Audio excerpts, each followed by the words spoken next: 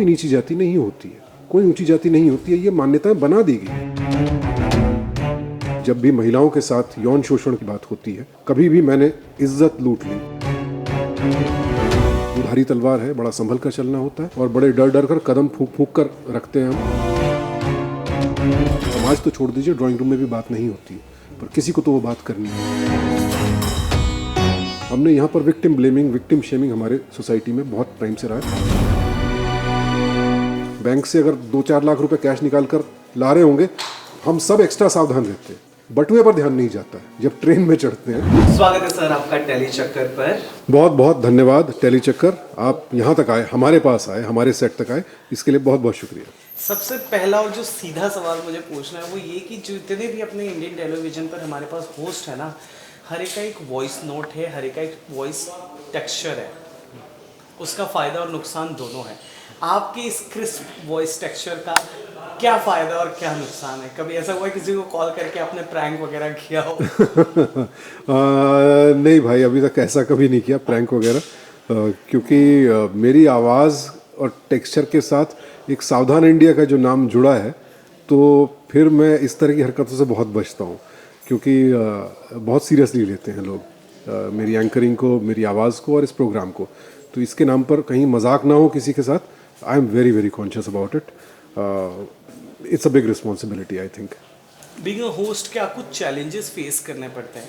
क्योंकि कई बार ऐसा होता है ना, हमें तो दिखता है कि अच्छा टीपी लग गया होगा, रीड कर दिया होगा, बट आप तो वो करते हो, तो क्या कुछ चेंज, क्या कुछ बहुत डिफिकल्ट चीज़ होगा आपको? एक तो मैं टेलीप्रॉम्प्टर का इस्तेमाल नहीं करता हूँ,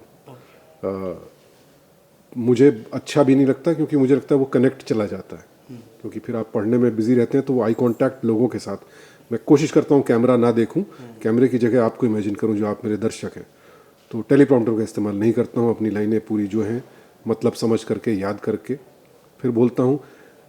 एक बड़ा चैलेंज होता है कि जो भी मैं बोल रहा हूँ उसका मतलब मुझे मालूम होना चाहिए, ताकि आप तक सही संदेश पहुँचा सकूँ।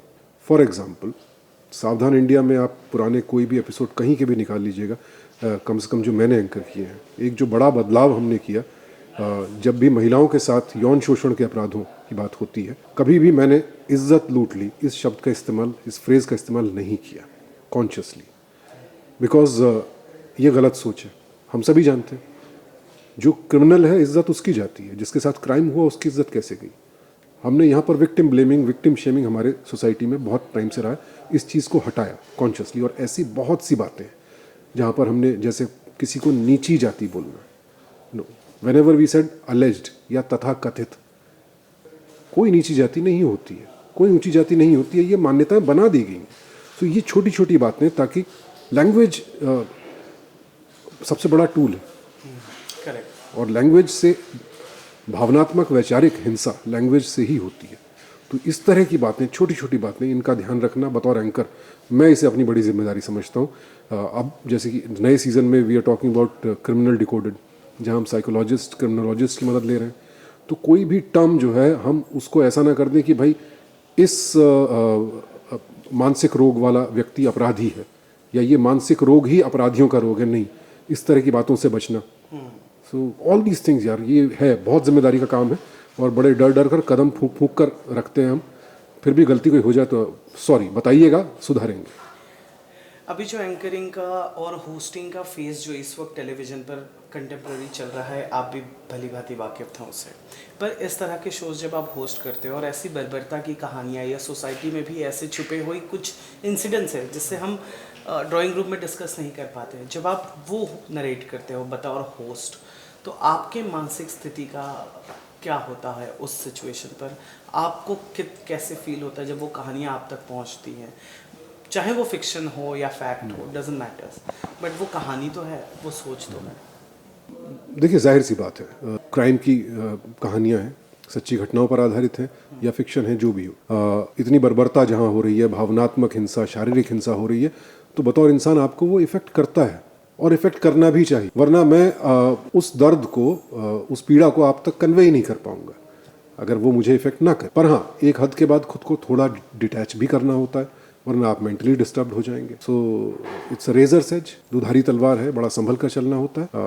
बट ज़रूरी भी है, क्योंकि ये कहानियाँ जैसा आपने कहा कि बहुत से टॉपिक्स हैं जिनके बारे में खुलकर ड्राइंग रूम में बात, समाज तो छोड़ दीजिए, ड्राइंग रूम में भी बात नहीं होती है, पर किसी को तो वो बात करनी है correct. For our own good, so we do it. बतौर एक्टर, बतौर व्यक्ति, इंसान, you are also a part of society. जब कोई कहानी आप तक ऐसे पहुंच गई तो क्या कभी आपको ऐसा हुआ आपने घर जाकर उस चीज़ को क्रॉस चेक किया, उसका फैक्ट चेक किया हो कि कहीं ये हमारे आसपास ना हो रहा हो?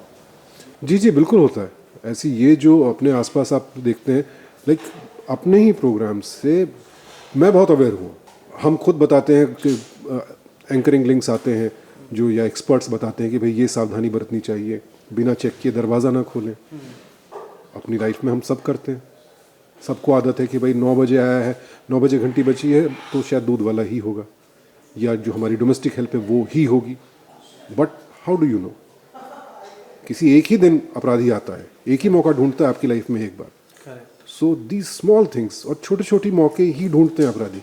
बड़े मौके पर तो हम सब सावधान रहते हैं। बैंक से अगर 2-4 लाख रुपए कैश निकाल कर ला रहे होंगे, हम सब एक्स्ट्रा सावधान रहते हैं। बटुए पर ध्यान नहीं जाता है जब ट्रेन में चढ़ते हैं या बस में चढ़ते हैं, बटुआ भूल जाते हैं या फ़ोन भूल जाते हैं। So small we all of us commit small mistakes, और अपराधी उसका फ़ायदा ही उठाते हैं। सो मैंने भी ये सीखा है अपने शो से। कभी ऐसा हुआ आस पड़ोस में कोई छोटी मोटी वारदात हो गई और आपका दरवाज़ा खटखटाया गया हो कि please come and help us? हाँ, ऐसा भी होता है। काम करने वाले कर्मचारी या किसी के बेटा किसी मुसीबत में है या कहीं किसी का झगड़ा हो गया, तो वो एक्सपेक्ट करते हैं, या दोस्त भी हैं कि पुलिस स्टेशन जाना है, तो वो मुझे साथ में ले जाने में ज़्यादा बेहतर महसूस करते हैं कि शायद समझते हैं हाँ उनकी सुनवाई ज़्यादा जल्दी होगी। मैं चला भी जाता हूँ अगर मेरे जाने से कुछ फ़ायदा होता है तो। हाय एवरीवन, मैं हूँ सुशांत सिंह और आप मुझे देख रहे हैं ऑफ कोर्स टेली चक्कर पर।